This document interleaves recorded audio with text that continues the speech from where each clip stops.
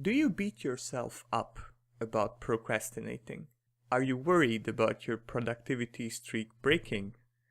Or are you in a period right now where you feel you are not really working towards your goals?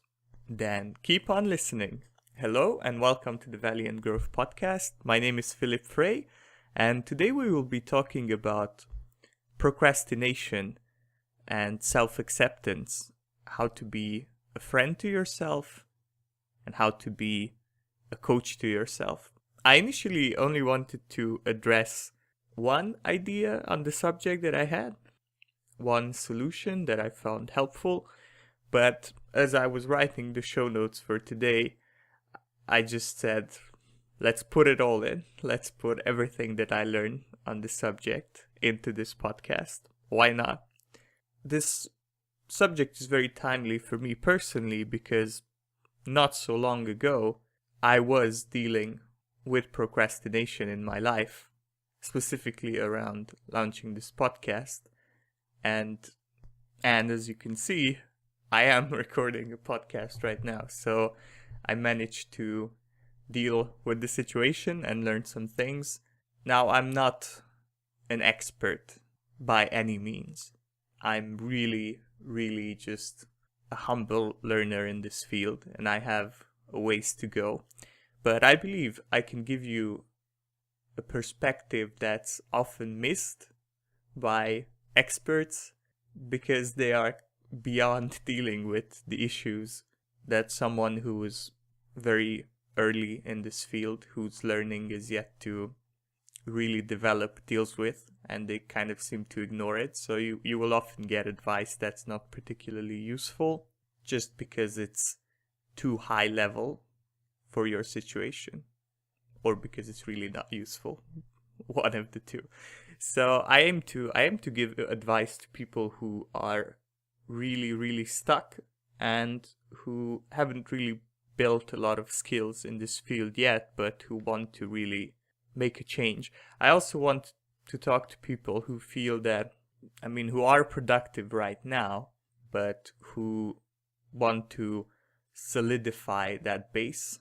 If you feel that your productivity streak is fragile and it might crumble if you're faced with a very difficult situation, I want to help you with that, both in strengthening your foundations and encouraging self-acceptance as well, if it breaks for whatever reason. There are two really basic but very important pieces of advice you can get on procrastination, kind of the entry-level knowledge in this field, I would say. One of them is the value of habits and routines, and I concur 100% with this observation, the observation being that they are indeed very valuable. Having habits and routines means that you'll be able to do things without really thinking about them. That is the goal of building a habit. Repeat it so many times that you do it automatically.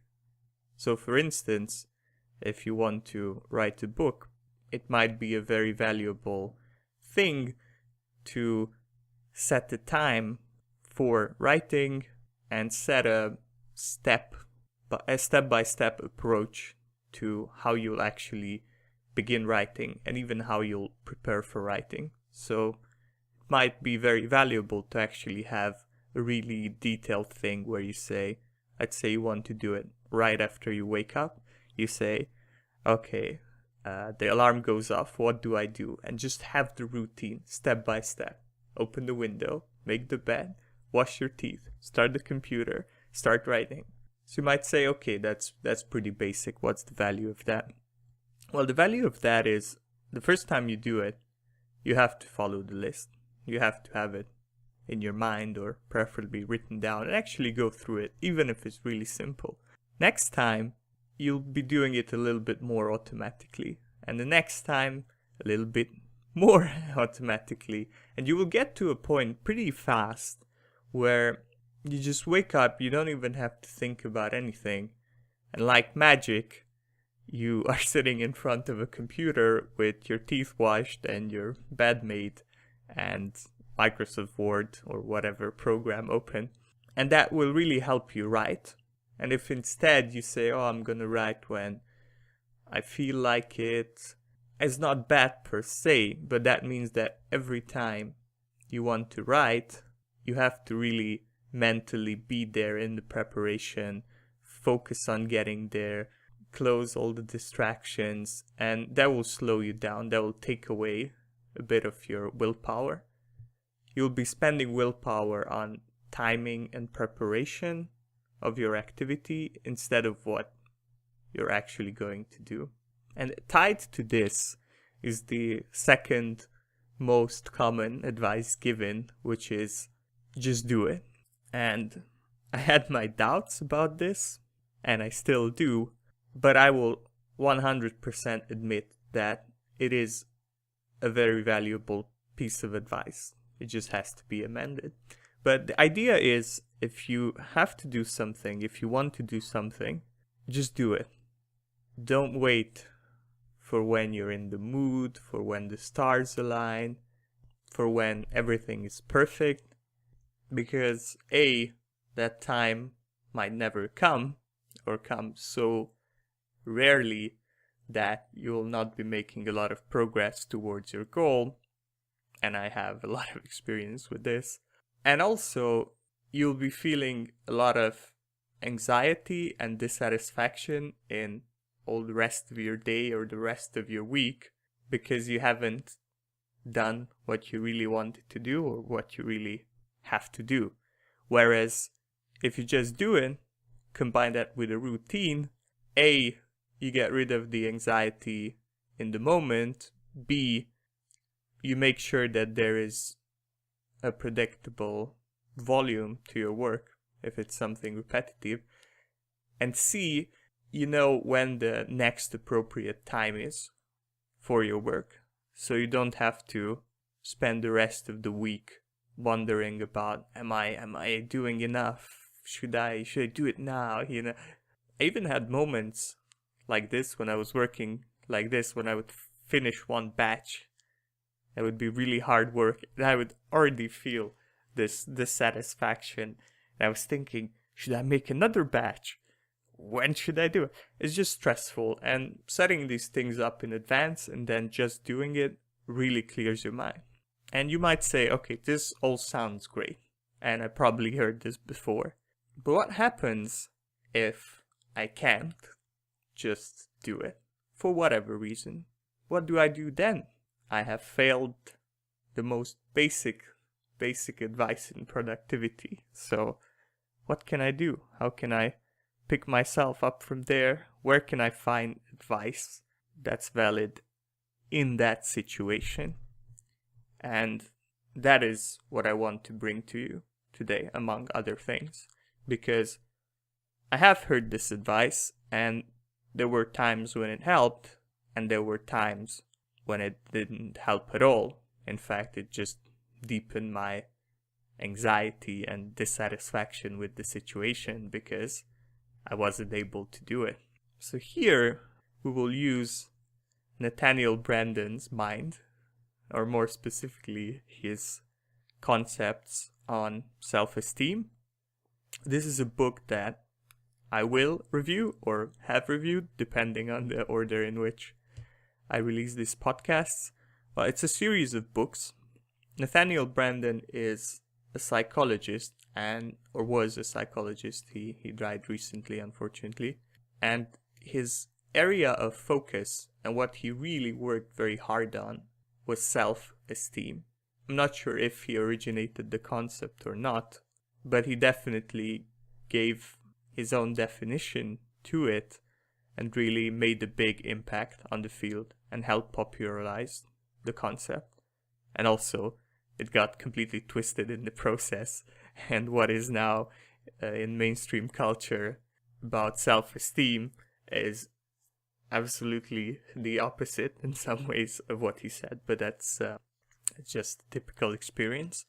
So I've read a lot of books from Nathaniel Branden, and He's very good. I highly recommend him. And his work is very useful. It's very, very positive, very life-affirming, and very rational, and grounded in a set of principles. So it's not just hacks and tips, it's a framework.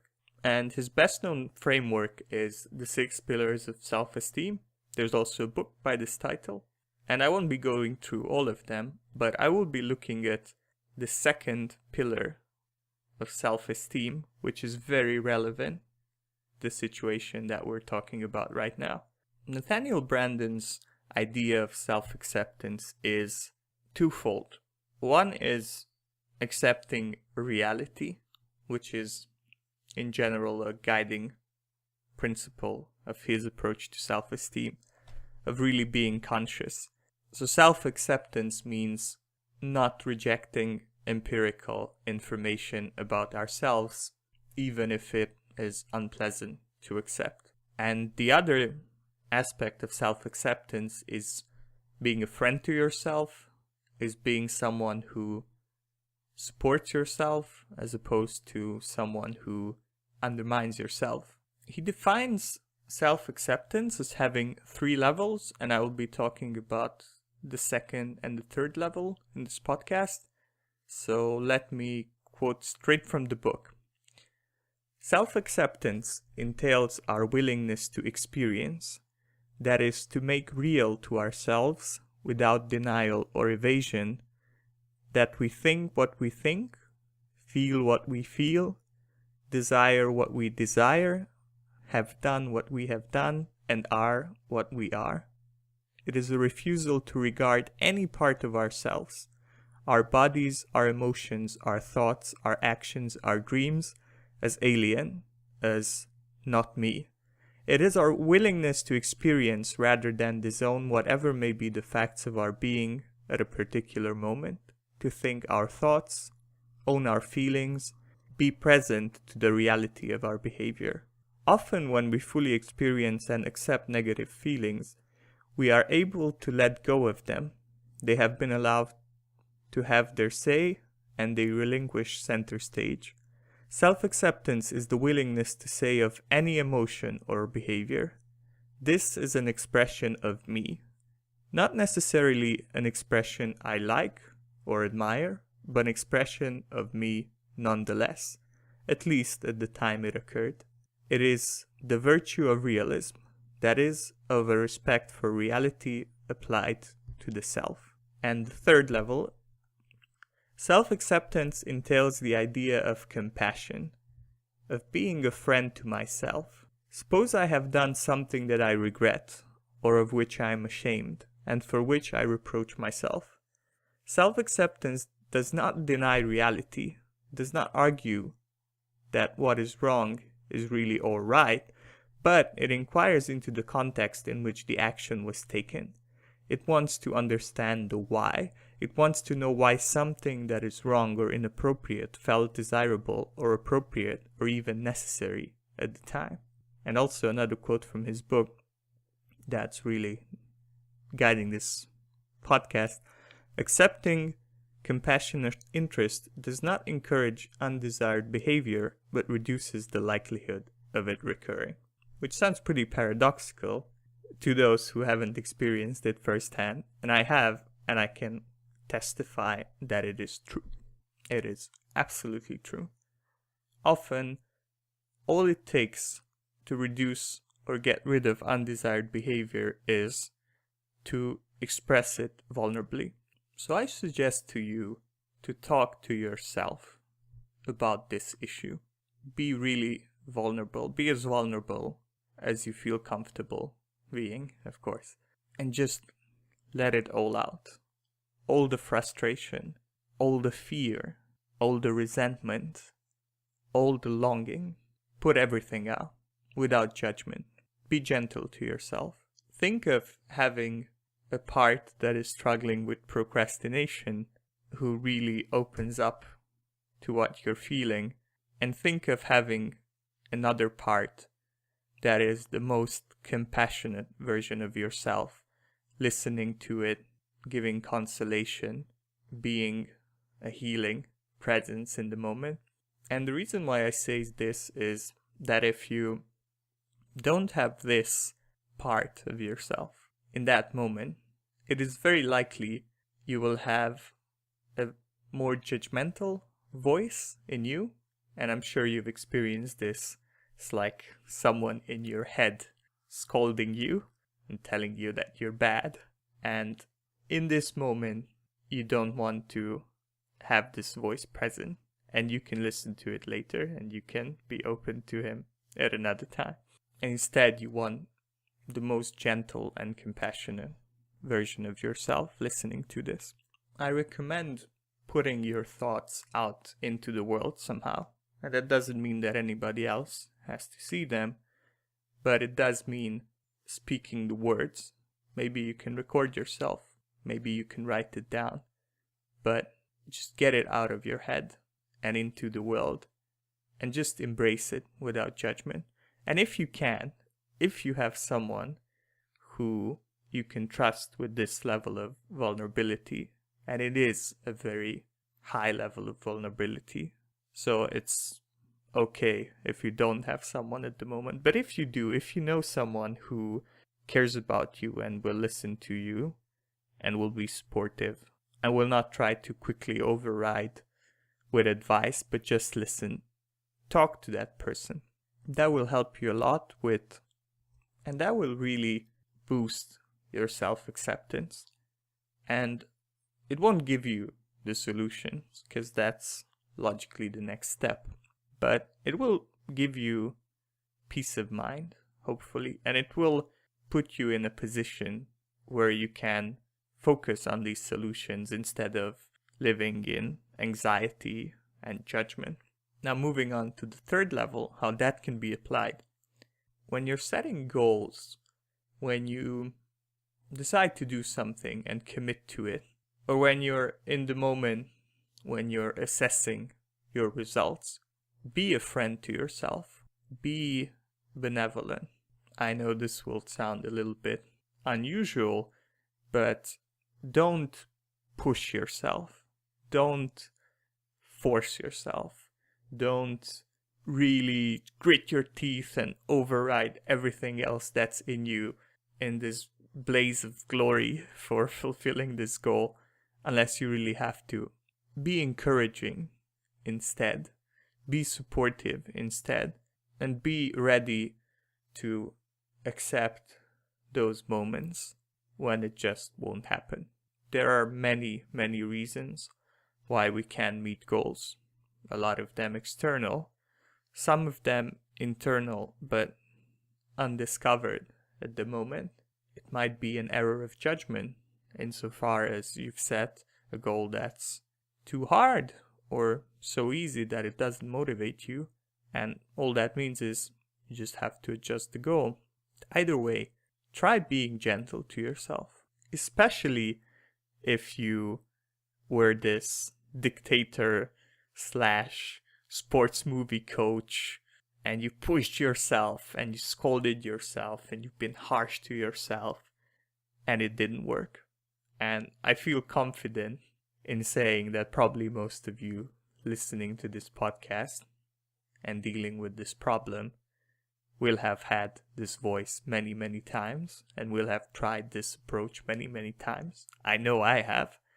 And if it didn't work, or if it doesn't work consistently, give gentleness a try. When you have these voices coming up telling you how, oh, you're not good, you're lazy, you're not at a level where you should be, you're not keeping up in the race of life, people your age have done X, Y, and Z, try bringing in a voice of gentleness and see how it goes for you.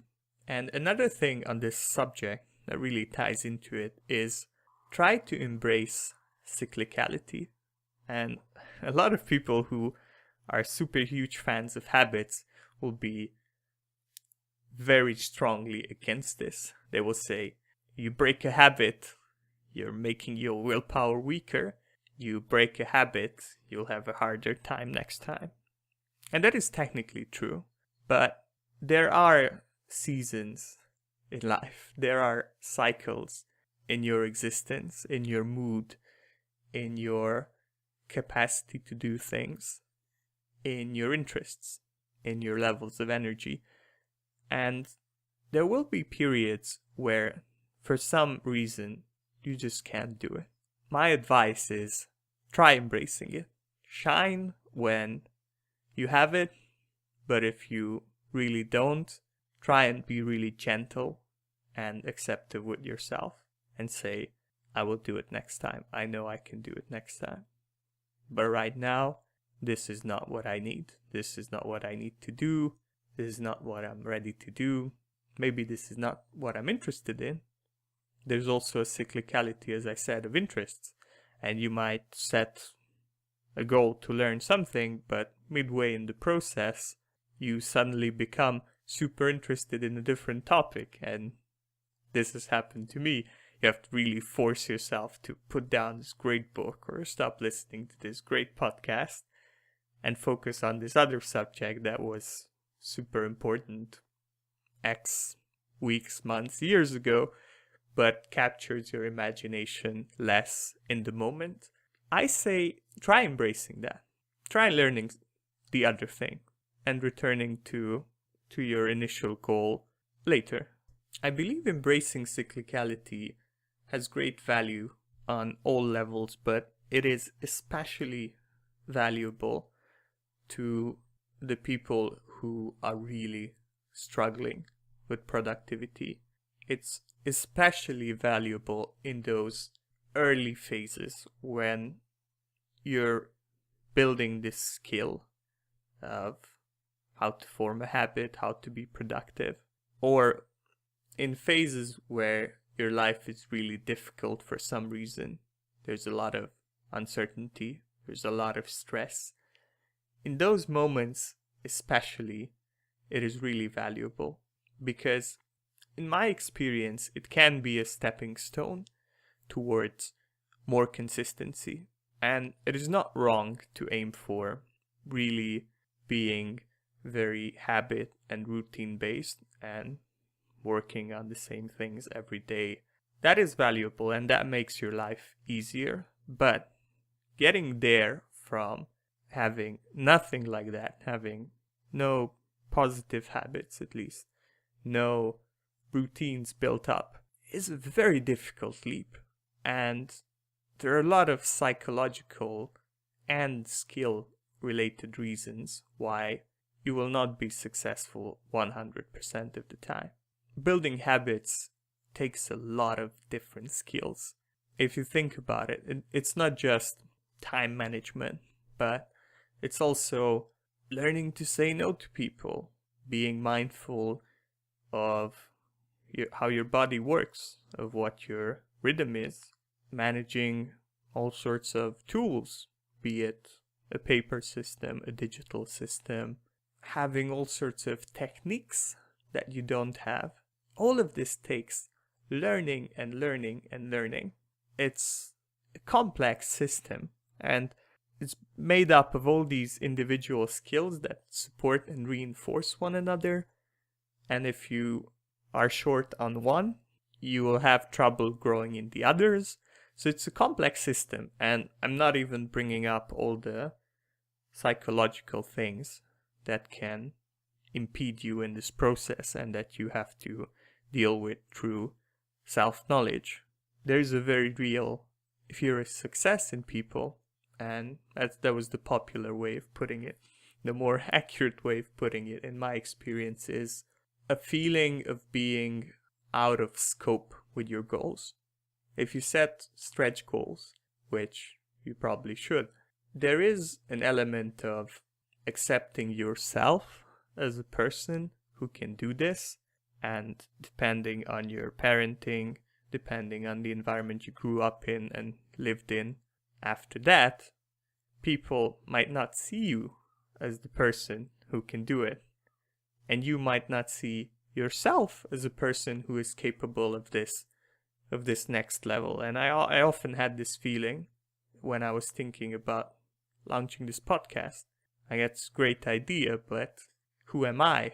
Am I really capable of being this cool person who creates content on the internet. I would always admire these people, but I always considered them a different world, and I was in a separate world. I was a consumer, not a producer. This was something that was beyond the scope of my imagination, and there are all sorts of reasons, of deep psychological reasons behind that, and I had to work through that before I could be in this situation where I'm recording this podcast. So, takes a lot of work, takes a lot of skill. The rewards are amazing, but it's not gonna work all the time.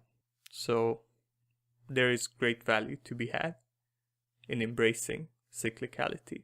Another thing important with procrastination that I haven't addressed yet is purpose.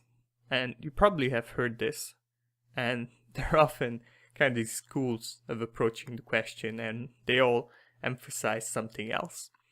And there's a school of purpose, and purpose alone will not get your job done, will not meet your goals. But without purpose, you will also not have a strong foundation in what you're doing. You will burn out. Give a man a why and he will bear almost anyhow, the classic quote. Take time to really clarify your purpose. And I will make a more detailed podcast on this subject. But the idea is find out what your needs are. Find out what is really important to you on a really deep and, I would say, basic level. If you think about what you're doing and you haven't done a lot of work in this field, you might find that your goals are not really your goals, and you are pursuing things that other people find valuable, not you. And I would really suggest looking into this, especially if you look at your goals and you see that they are very, very similar to the goals of the people who were very influential in your life, or to the things that they think you should be doing. I'm thinking parents mainly, but also people who were very influential in your childhood and early adulthood. And it might be that you are living with people who are in sync with your values, and the overlap is a great sign of that. But it might be that you took these over uncritically, and if you try to achieve other people's goals that are really not in touch with your core needs, you will have a very hard time. And even if you achieve them, you will not be satisfied. So look into that and try to strip away as much as you can the surface level goals and the surface level needs. Ask anyone about their goals and what they will usually say, and their needs. What they will usually say is something very, very superficial. I would say it's the top of the iceberg. Let's say, like, I want $1 million. I want to be a successful professional. I want to make great art. That is all. There's nothing wrong with that. There's all fine. But it is only the surface. And to really find your appropriate purpose, it is very valuable to look deeper. Why do I want $1 million? Why do I want to be a professional? Why do I want to make great arts? All of these can be to impress people, in which case you might want to reconsider it. They may be very connected as well, in which case you will improve your motivation because you have realized that your goals are really deeply in sync with you. Either way, try to go deep. Why do I want the money? Oh, you want to buy a house. Why do I want to buy a house? So on and so on. Try to get to really core levels. And then once you've discovered those needs, build up from there. Build from the root. So once you know what you really, really want, it may be very productive to look into alternative means of getting there. It might be that you took over a goal that also from someone else that also fulfilled some of your needs, but if you actually look into it, you might find more unusual or unapproved of by your environment approaches, which, however, will be much more effective and will really help with your long-term motivation.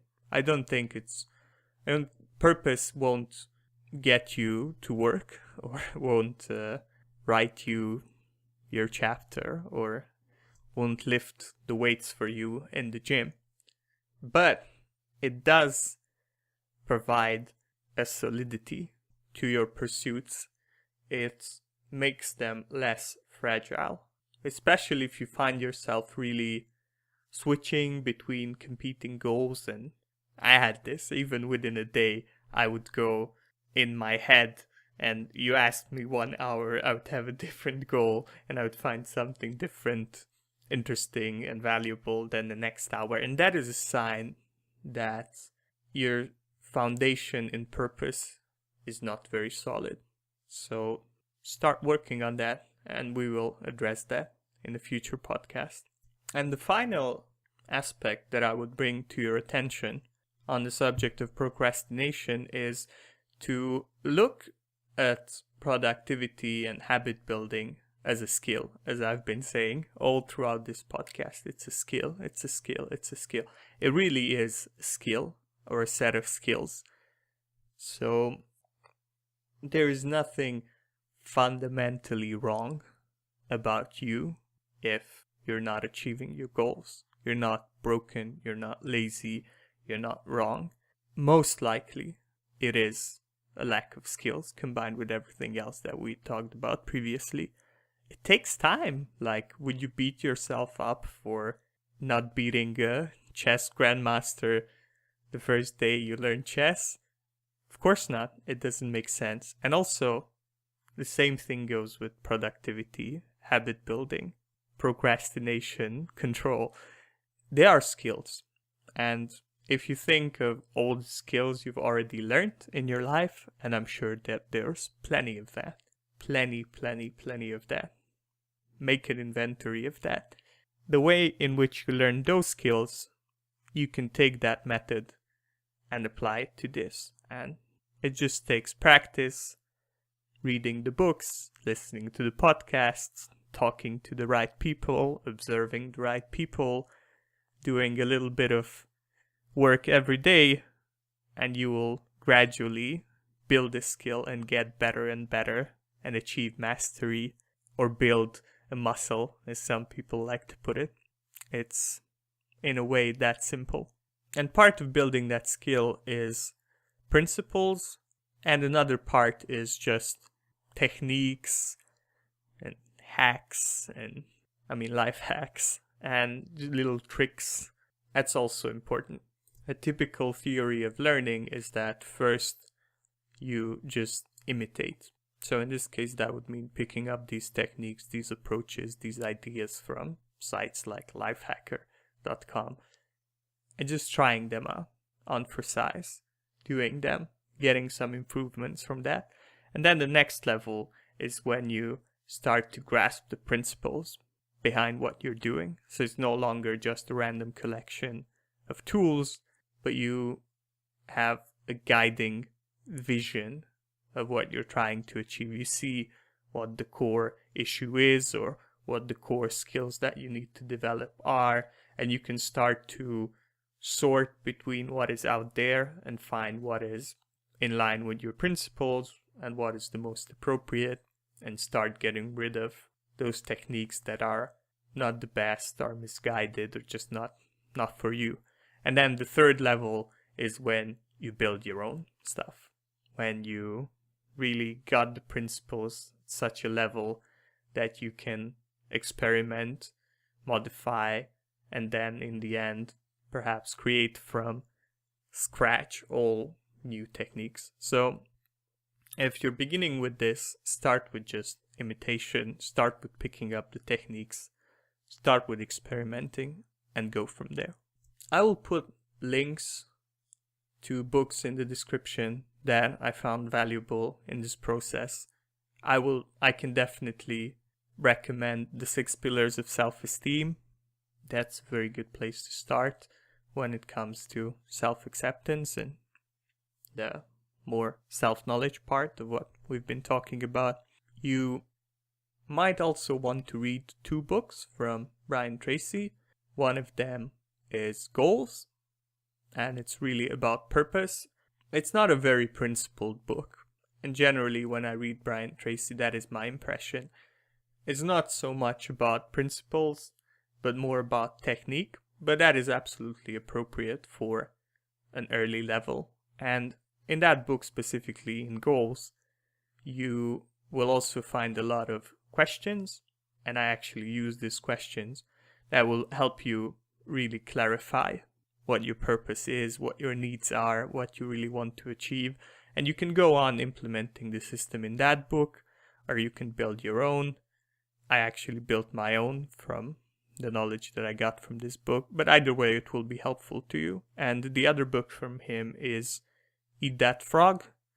That's a pure collection of techniques, and they're pretty cool if you're unfamiliar to them, and I recommend reading that. And you will eventually be moving on to what I think is a higher level, but this is a very good place to begin. You might also consider Getting Things Done by David Allen.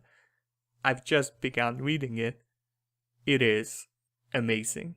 It's a great book on productivity, but I cannot fully recommend it as I haven't finished it yet. I see great potential, and it also looks like a more second step book. So I would really recommend starting with Brian Tracy, but it is up to you, and you will find links to these books in the show notes. Thank you for listening to the Valiant Growth podcast, and I dare you to flourish today.